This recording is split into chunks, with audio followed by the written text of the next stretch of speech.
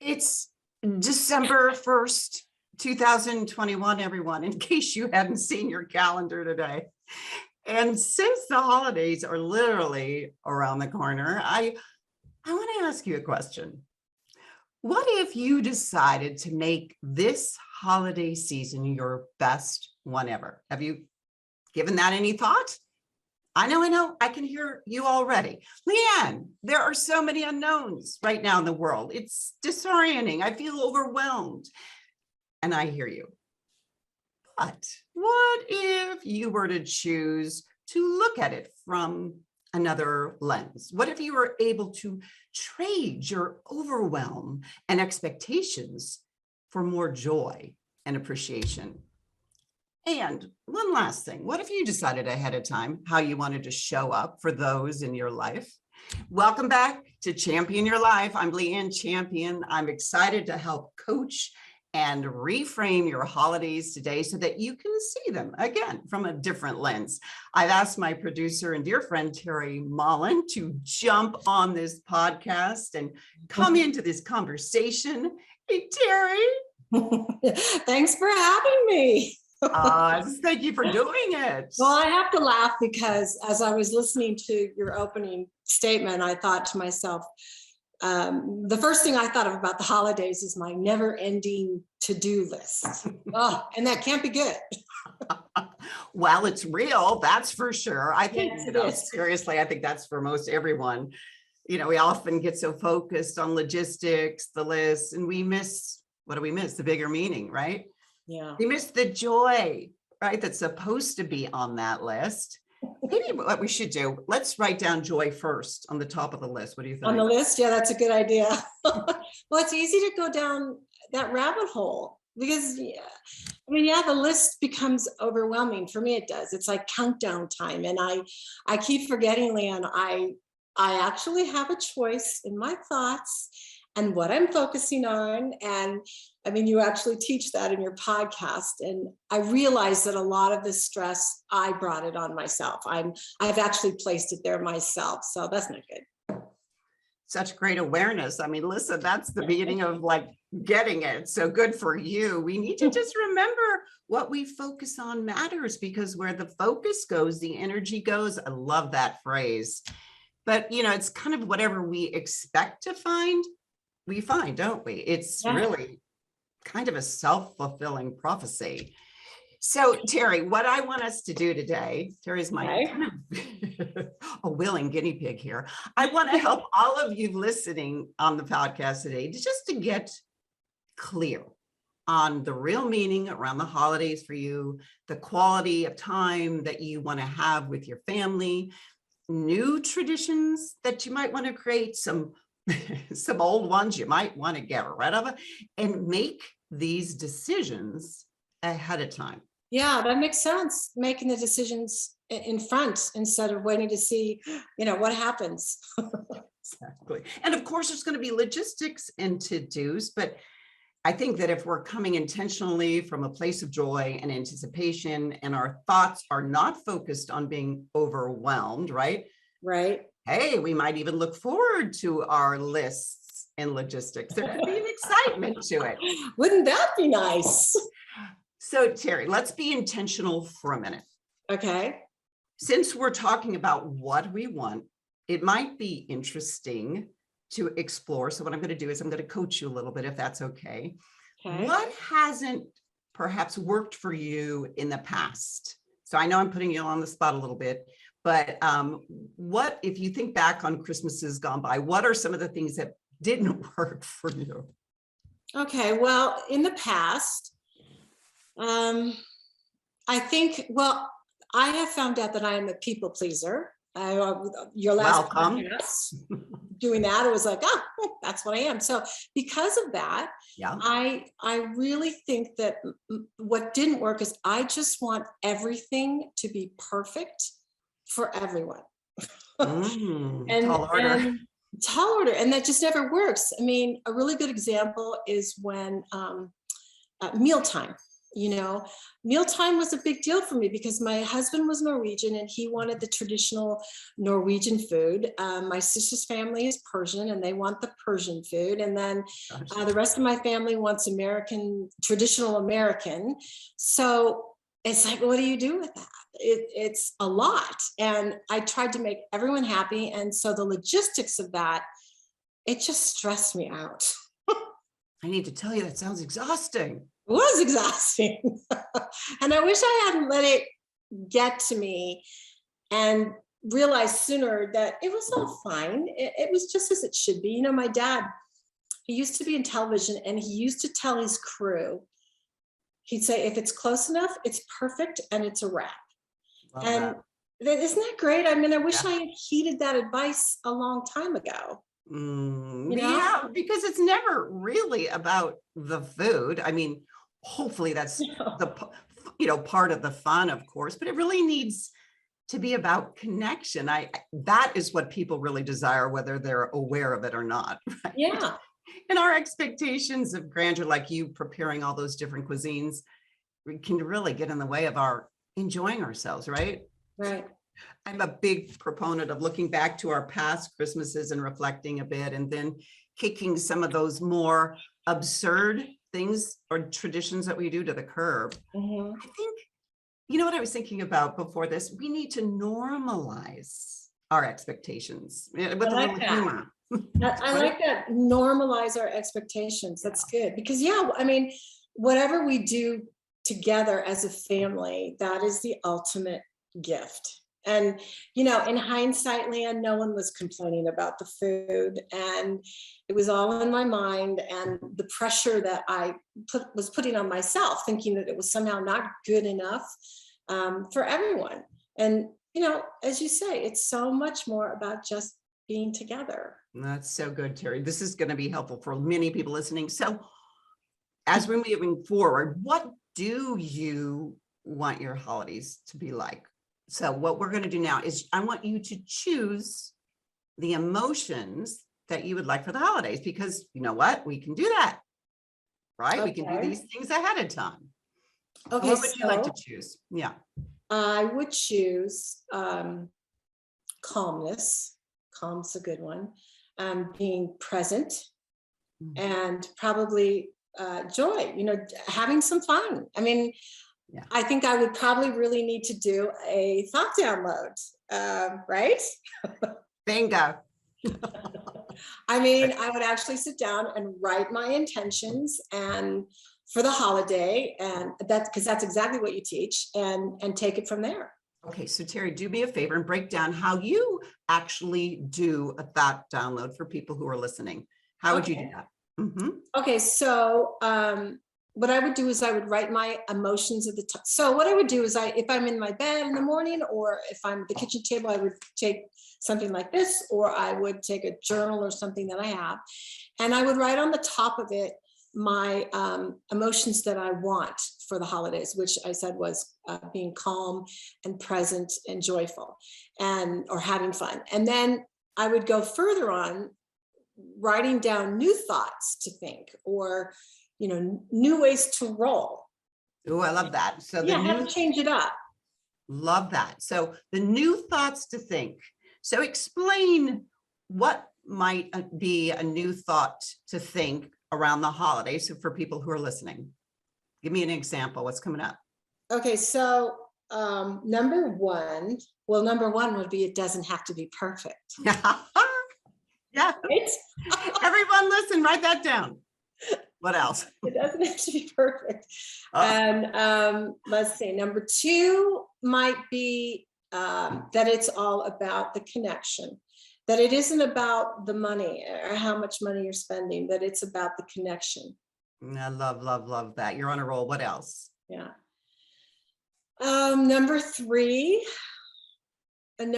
would be, I can't control the narrative. And that's okay. What? You can't control the people? Yeah, no. You mean the expectation of how everyone and everything, they'll all behave? Is that what you mean? Yeah, that one. Well, that's for everyone listening. That's coaching 101. We can't control the people. Wish we could, but we can't. We can only control ourselves and how we'll show up. That should be on a t-shirt, I think. Yeah, I think you're right. No, I really do love this idea of doing the thought down and writing it down so it becomes clear, and then you're aware of it on a daily basis. Right. Good. So Terry, what are some new traditions that you might want to bring in?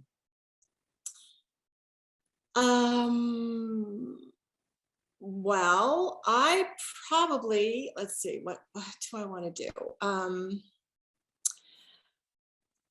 It's funny you bring that up because I just did this like literally 3 days ago. So I just made this small adjustment in the last couple of days. We always had our tree in the living room for years, mainly because there were usually like 23 people in here every year. And now that our Christmas has changed, it's a different feel now. It's my daughter and myself. I thought that we would get a smaller tree and put it in the family room where we can see it every day and enjoy it. Did you already do it? Yeah, I did. You want to see it? Yes. See? Darling, there you go. I love that, Terry. Sometimes less is more, and getting rid of some of our more complex traditions that maybe have served us for many years might now, for whatever reason, sometimes they feel unnecessary, like your big tree. It must feel freeing to shake it up. Yeah, I mean, it really does. And I think you're right. Absolutely. Sometimes those moments that just happen, they're really lovely. Like last night, my daughter, we went out to see some Christmas lights. Literally, we just went and got some hot chocolate from the kitchen and walked outside and went around and looked at all the lights. And it was just very spontaneous, and it was so nice and simple. It was really lovely. Love that you did that. Such a great example of being in the present moment. We're going to get ready to go for a break here, believe it or not. We're having so much fun. You've been listening to Champion Your Life, and we're talking about all the ways to rethink your holidays, and connection. Connection is key here. And when we come back, we're going to talk about a couple ideas that bring people we love together in a more meaningful and powerful way. And we're going to be right back.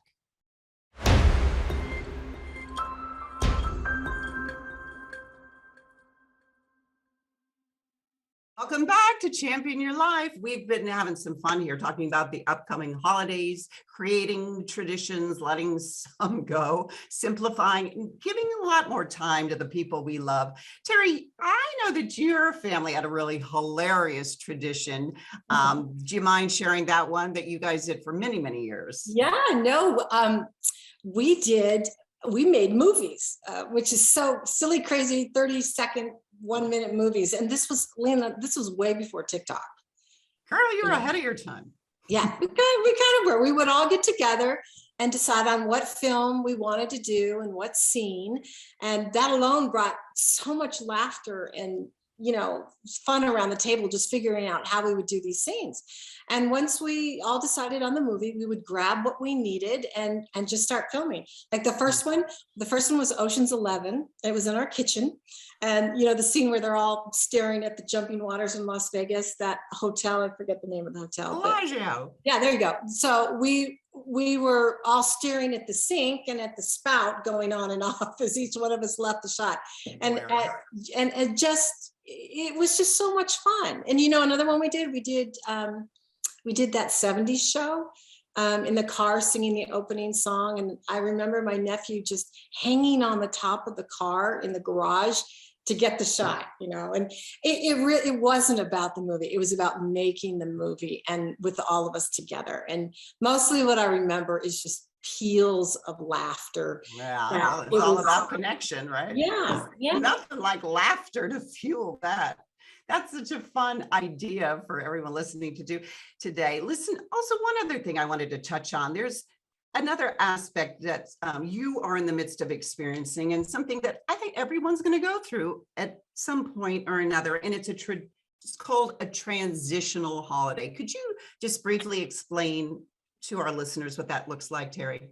Sure. Yeah. Transitional holidays are when there's been a significant loss of a family member, or when there's been like a complete change in the family dynamics, such as like major health challenges or a recent move.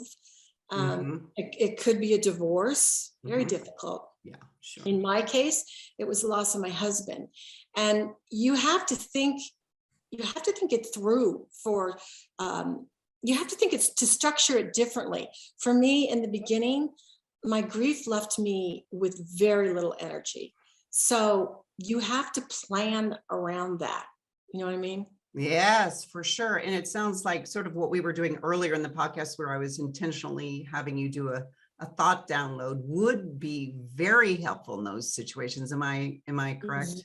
Yeah, absolutely. I think that exercise would help a lot during a transitional holiday. Think. Yeah, I really believe that. And we might, you need to simplify a bit, I think. I think that's what's coming through my head right now.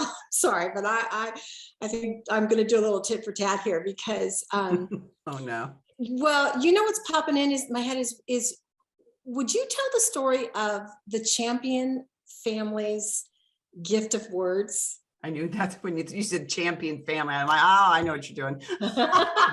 Oh, put me back on the spot. Yeah, but listen, I think it's a story that really needs to be shared. And I think a lot of people would really like to do it themselves. I mean, let's, okay, so how did that start? It's funny to think about how things are actually born, but it really actually started from a drama that I directed at our church during Christmas time. So it was like a theater piece. Yes, it was like a 20-minute theater piece. And I remember it was Christmas and thinking I was a little crazy for taking it on to my already kind of Christmas full plate, That list. to the proverbial list. But the drama itself was just about 4 kids that were getting together and their parents were away. And one of the girls didn't have any money. And so she gave her brother a gift of words. And I remember they were really awesome, this cast. And she started to talk about memories of what her brother did for her when she was in high school and college. And I could just remember all of a sudden, everybody in the auditorium got very quiet as they were listening to this. So I could really tell that this drama had struck a chord emotionally for everyone present.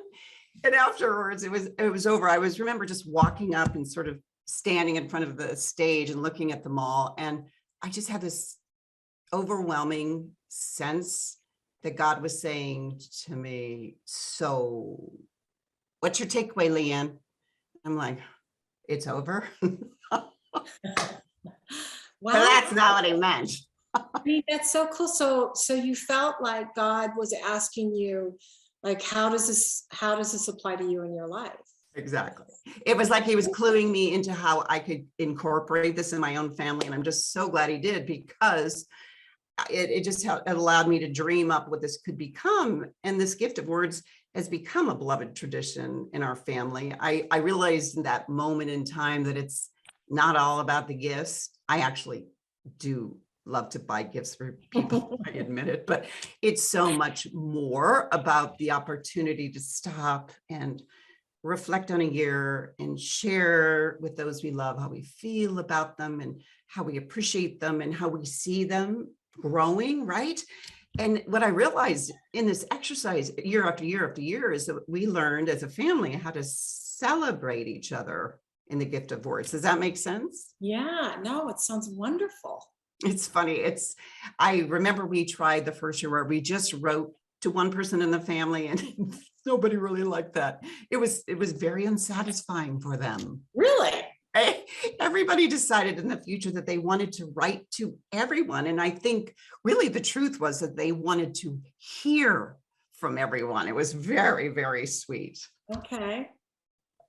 Huh. So we used to play around with this. We tried it on Christmas Day. That was a lot to get in, but then we moved it to the 26th, and it was kind of the day after Christmas, which is a great tradition. And you know how it is. There's a little letdown after Christmas. So it became the day after tradition. And I'm not going to lie, it does require a little effort from everyone, but I think, Terry, that's really the key to it all. I mean, everyone should take a little time to reflect during the holidays, right? Yeah, agreed. Absolutely. It's so nice. It worked out that we could all, step back go back and do like highlights of our blessings, highs, lows, whatever, and whatever we've learned, right? I do have one memory of our boys, and I won't name names because I will for sure get in trouble. But one year, one of my boys was reading his gift of words on his computer, and he was so choked up about leaving for college that he had to turn over his gift of words